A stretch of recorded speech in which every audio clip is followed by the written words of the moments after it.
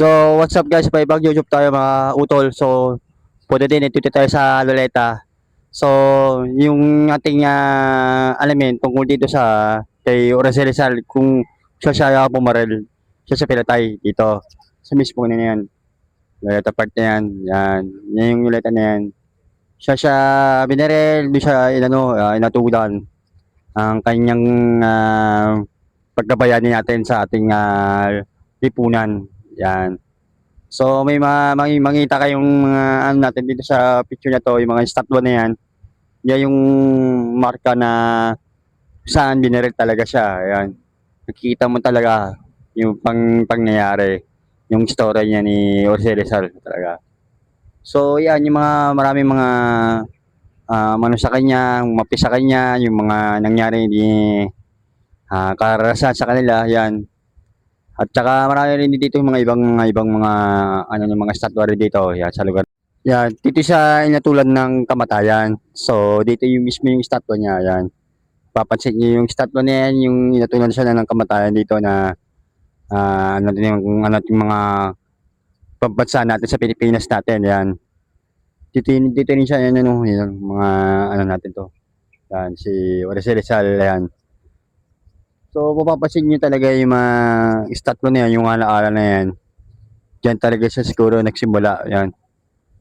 So, ito yung si Jose Rizal at saka yung kanyang mga leader niya. So, yung habang sumasayaw sila, yan. Meron silang importanteng ano, usapan, ayan. Tsaka nakita niyo naman yung mukha nila, ayan.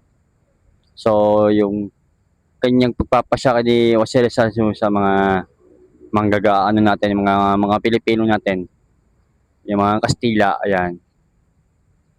At ito naman yung sinulat ni Jose Rizal, ang mga nakaguwit sa kanyang mga detaye, yung mga nakasulat sa kanyang mga libro, kung saan yung mga Latin at yung mga ibang mga ikwae na mga nakasulat dito sa ano na to, sa libro na to na nakapulos diyan sa kulungan na yan. Bago siyang natulan ng kamatayan. Yan. Ayan.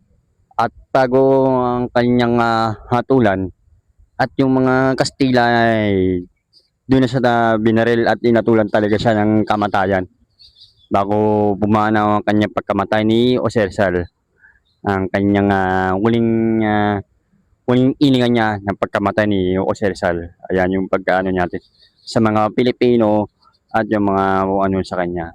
Maraming nang sumusuporta kay Jose Rizal sa mga lahat ng mga Pilipino at mga maraming tao ng ano sa kanya, maanga para sa kanya.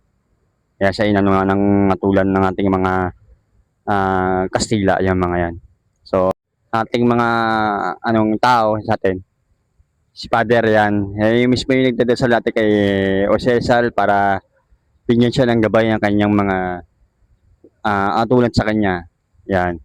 Yan yung ating magiging ano natin, pagbibigay ng dasal sa atin para maligtas tayo sa ating kamatayan. Yan. Yan. Tsaka ito yung isang kapatid niya na babae na nagkasakit dito pero ano siya sa Oroselser dito. Yan. Nagkaroon din ng karamdaman yung kapatid niya. Ayan. Yan yung makikita niyo yung statue niya yan. Yan. Yan ang ano niya. So, ito naman yung tao na bibitayin siya dun sa huling ano niya, huling andungan niya, huling kamatayan niya bago siya babarilin sa ano niya, sa pinakapesto sa ano niya, lugar o siya binaril. Yan. Papapasin niyo yung statue na yan, yan mismo. Yan. Yan yung mismo yung ano niya, yung lugar ni Jose Rizal na ano siya, tulan siya ng kanyang kamatayan. At saka ito yung kanyang Jose Rizal, yung saan siya inano ng pusot o yung kanyang pressure niya sa huling niya pagkamatay ng kanyang atulan. Nambibitay na siya. Ayan, kaya inano siya ng atulan ng kanyang temperature, pusot sa kanyang kanang kamay ng braso niya. Ayan. Para ang doktor ito nag-check up sa kanya para mismo yung resulta sa kanyang kalagayan ni Jose Rizal. Ayan.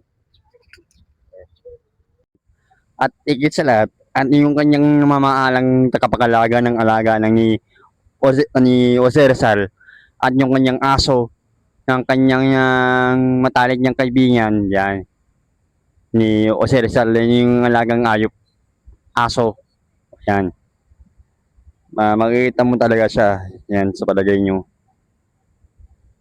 Yan. So agad dito na lang po tayo sa pagtatapos natin itong ating kwentong tungkol kay Jose Rizal. Yan. Dito yung nakikita natin ibang natin, ibang lugar. Ang kanyang bandila, ating Pilipino si Jose Rizal. Ayan. Ayan yung kanyang mga netaye, yung mga nanganarawan sa ating Pilipino, ating mga nandiyan sa staff ko na yan. Hanggang dito na lang po tayo. See you next week po. Bye-bye. God bless po mga utol. Yan. Ayan yung mga